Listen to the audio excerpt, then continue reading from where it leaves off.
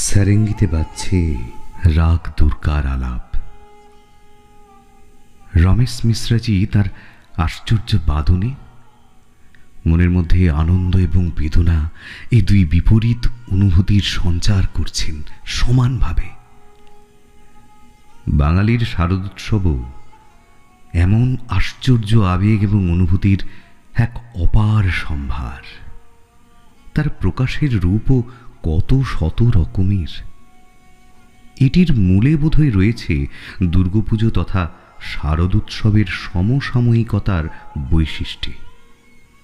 অতীত থেকে বর্তমান যে কোনো সময়ের দিকে যদি তাকানো হয় তাহলে দেখা যাবে আগমনী বিসর্জনীর সুরে বারবার প্রকাশ পেয়েছে চলমান সময়ের মনন।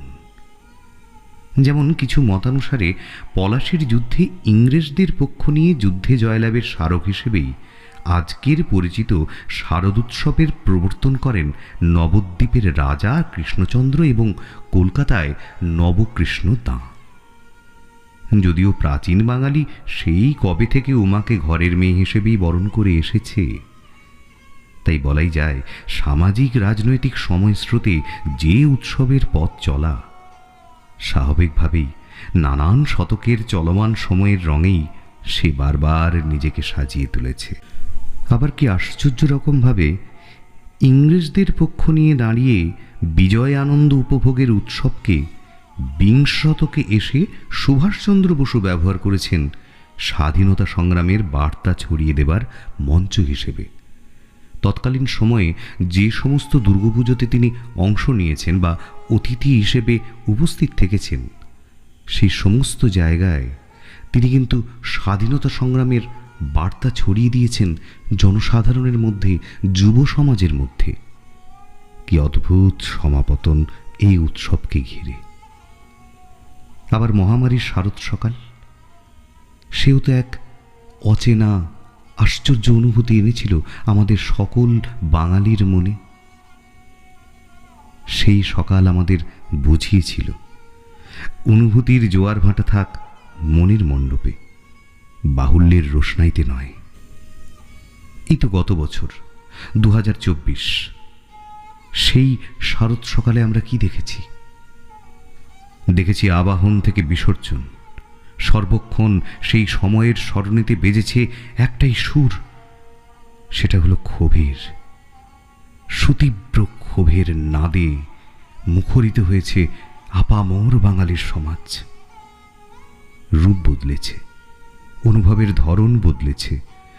শারদীয়ার ক্যানভাসে বারবার আঁকা হয়েছে প্রবহমান সময়ের সমাজচিত্র। উৎসবে ফিরুন এমন ফ্যাসিবাদী ফরমানেরা সে ক্যানভাসে স্থান পেয়েছে মানুষের দুর্গতির চিত্র হিসেবেই শুধু, যে দুর্গতির নাশ এখনো দুর্গম। তবু এই তো সেদিন উমাকে বিদায়ের দিনে মায়েরা কানে কানে বললেন, সাবধানে যেও মা, আবার এসো। তিলোত্তমার, তামান্নার মায়েরাও বোধহয় এমনই বলতেন। তারা কেউ অসাবধানী হয়নি, কিন্তু কেউই যে আবার ফিরে আসেনি মায়ের কোলে। তবে উমাও চললেন সাবধানে। সুদূর কৈলাসে নাকি পাড়ি জমাতে হয়, তবে গজে দোলায় এসব কোনোদিনই যেতে দেখিনি বোধ করি আমরা কেউই। তার চেয়ে কাঁধে কিংবা ডালা খোলা ট্রাকে করে যাত্রাই ছিল সহজ দৃশ্য। বলতে ভুলেছি, জঙ্গলমহলে দেখা ট্রাক্টরে করে উমার যাত্রা করার দৃশ্যটিও বেশ অভিনব অভিজ্ঞতা ছিল। যদিও কৈলাসে যাত্রার যুক্তিগ্রাহ্য মাধ্যমটি বোধহয় দার্জিলিংয়ের টয় ট্রেনে করে যাত্রা। কৈলাস অনেকখানি পথ, টয় ট্রেনে যাওয়া গেছে সামান্যই, বাকিটা বোধহয় ওই গজে কিংবা ঘোটকে। কিন্তু এই পোড়া বাংলায় সাবধানে যেও বললেই মেয়েদের যাত্রাপথ কি আর সহজ সুন্দর হয়? পথ হয়ে যায় মেঘভাঙা নদী, গজ থেকে ঘোটক সব ভেসে যায়। নৌকো সেখানে বড়ই অমিল। উত্তরের পাহাড় নেমে আসে খণ্ড খণ্ড হয়ে, হিমালয়ের কোলে খোঁজ মেলে না আর হিমাদ্রির।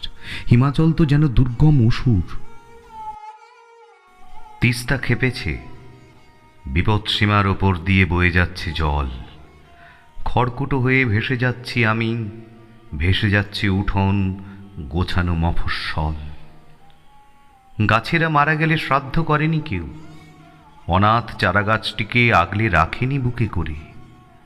তবু সব গাছ শোক মিছিল সেরে শুষে নিয়েছে বিষ, দিয়ে গিয়েছে জীবন আরও একবার মানুষকে নিপাট ভরসা করে। উমা তখন জল ভাঙছে জল, আরো অনেক উমারাও কাদা মেখে ভেসে যায় লাশ হয়ে কৈলাসে। বাহনেরাও ভাসে ডুবে যাওয়া কাশবনের পাশে। তিস্তাপাড়ের বিজয়াগমনে ফিসফিস করে কারুরই আর বলা হয় না পুনরাগমনায়চ। সে নৈশব্দ ঢাকা পড়ে যায় কার্নিভেলের কোলাহলে মাতোয়ারা বর্বরতার আনন্দ বাজারে।